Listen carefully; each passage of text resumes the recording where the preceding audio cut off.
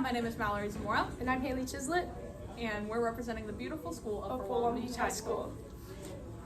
Those of us who have become trapped in horror movies have a choice. We can either line up with the other cattle and march into the slaughterhouse, Woo! Or we can fight back. Yeah, it's a long line of final credits. No, the odds aren't in our favor. But that's no excuse to lie around and let the filmmakers have their way with us. But you have to be smart. Horror movie characters aren't killed by machete-wielding monsters or reincarnated psychopaths. They're killed by ignorance. Ignorance of the moral danger they are in. Ignorance of the fact that they're in a horror movie. So, how do you know that you've been sucked into the horrorverse? Sometimes the signs are unmistakable.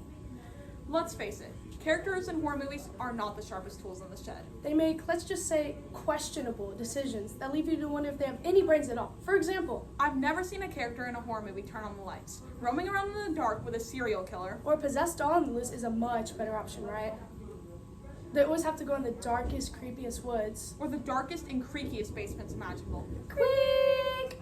They taunt and encourage the killer to come after them in a type of confidence everyone wishes to exude. Everyone knows this is the dumbest move someone in a horror movie could make. And inevitably, the phrase, let's split up, spills out of their mouths. Though, worry not. If you find yourself trapped in a horror movie with killer clowns, zombies, or reincarnated psychopaths, Worry not. Today we'll be presenting you with a guide to keep you alive until the credits start rolling, How to Survive a Horror Movie by Seth Graham-Smith. For instance, if you're a teenage babysitter caring for a mute toddler in a remote cabin during a blizzard. you're probably in a horror movie. Take a look around. The environment should offer some clues. If you're on a crowded city street in broad daylight, you're probably safe. For now. But if you're anywhere remote, a cabin, the woods, an abandoned mental institution in the middle of a blackout, Then yes, your chances of being in a horror movie are much higher. do you hear strange sounds? Are you suddenly speaking Japanese? If the answer to any of these questions is affirmative, Then we have to consider the fact you may have become stuck in a horror movie. as much as you may feel like crying or making skid marks in your tidy whities, You better pull yourself together, and soon, because if you don't, the boogeyman's really gonna give you something to cry about. Your situation requires immediate action, and the CRAVE method was designed for just such an emergency. it's kind of like a stop, drop, and roll type thing for horror movie victims. A way to get out of immediate danger and summon up courage long enough to stay alive. C. Covered. What you need now is a place to take a pull off the old asthma inhaler, wipe the sweat off your brow, and formulate your plan. Some of the best places to do this, good old everyday houses. Though not ideal fortresses, the average two-story house is almost always the closest option. Water towers. If your movie takes place in a small Midwestern town, this might as well be the highest structure around. If you can get to the top, you'll have a high defensibility. There's only that one long ladder to worry about. And you'll have a 360-degree bird's eye view. R. Recon.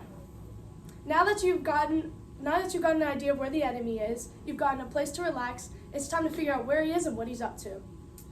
If you don't have the height of the water tower working for you, peek out the tallest window in your hideout and take a look. If you don't see anybody, they're probably right behind you. But wait, you're not going to want to freak out. What you want to do is you want to climb out the window and or over the fence, and you're going to jump. It's either you jump or you die. Ready? 1, 2... Just kidding. You're totally screwed. A. Arsenal. You see a pathway to freedom? You have an idea of where the killer is? You're going to need some sort of weapon. If you're holed up in a house, grab your nearest baseball bat, kitchen knife, or anything that kids aren't allowed to play with indoors. If you're holed up in a church, grab a heavy-duty candlestick.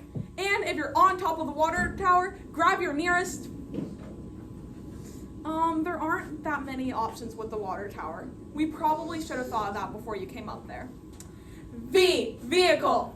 What you need now that you've spotted where the enemy is, you need to hopefully spot a nearby unoccupied vehicle. In a boost of adrenaline-fueled speed, your only goal is to make it to the nearest unoccupied car or truck, get inside, and blow town as inhumanely possible. But don't bother smashing the window. The driver left the door unlocked. Once you get inside, open the driver's side sun visor, and the keys will simply fall into your lap. When you try to start the car, it'll turn over and over and over again. But don't worry, it'll kick in as soon as the killer reaches your car and bangs on the window. E. Escape. Now that you've gotten into a nearby unoccupied vehicle and hopefully gotten away from the killer, this is the easy part. You're going to want to put the car in D, Point the compass to N, and get the F out of there. We've now come to the portion of our guide entitled The 7 Deadly Horror Movie Sins. First deadly sin, doubt. In horror movies, there are two types of characters.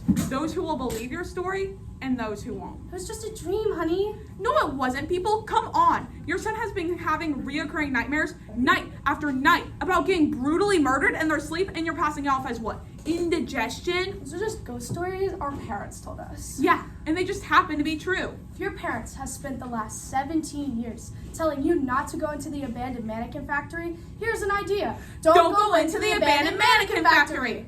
Second deadly sin, machoism. You'll recognize the jock who thinks his football skills are enough to save him from the reincarnated psychopath. Remember, in horror movies, if you're a male, testosterone might as well be poison. You want some of this? You'll recognize the guy who's just so tired of it all. What, you're just gonna let that thing come and kill us off one by one? No way, man, not me. They run out into the open screaming something like, "Come on, freak, show your face!" and we all know how that one ends. Third deadly sin. Independence. Have you ever seen those documentaries? The ones where it's nothing but slow motion footage of wildebeests getting torn apart by crocodiles and lions, limb by limb. Great, isn't it? Crikey! It's funny how the predators on the outer edges of the herd are either too stupid or too slow to draw strength from their numbers. This is not a coincidence. Fourth deadly sin, ugliness? No one said horror movies were fair. Fifth deadly sin, curiosity. In a horror movie, there's a basic equation. Investigation Equals mutilation. Is that you, Patches? If patches is another word for the man in your closet with razor blades for fingertips, then yeah, it is. Do you think it's dead? No, go ahead and poke at it with a stick. We want to see it grab your arm and bite half your face off. Sixth deadly sin, irresponsibility. In a horror movie, if you're assigned a simple task and you fail to carry it out, either you or someone close to you is going to die. Aw, what's a little nap gonna hurt? A lot. Trust me, the kids are sound asleep. No, the kids are dead. Why do I always get the crappy job? Because you're an idiot, and you're about to prove that fact by failing at the simple task you were assigned. Seventh deadly sin, vehicular sex. Do it and die. So, when is it safe? When we see the credits rolling in? When we hear applause? When the killer takes off the mask, shakes our hand and says, "Hey, nice working with you"? No, it's never safe. Once you're in the horrorverse, you're in it for good. Even after the movie that had originally brought you here has wrapped. You succeed in vanquishing the enemy? Great. Chances are you'll lead a long, peaceful life. And chances are you made it to the final credits. But there's always that chance, however slight, that you'll get called back for sequels. Ask Jamie Lee Curtis. Directors will get sleeker and bloodier. Directors will also dream up of new killing methods. And the enemy will keep its fangs and machete razor sharp. You better keep your skills the same way.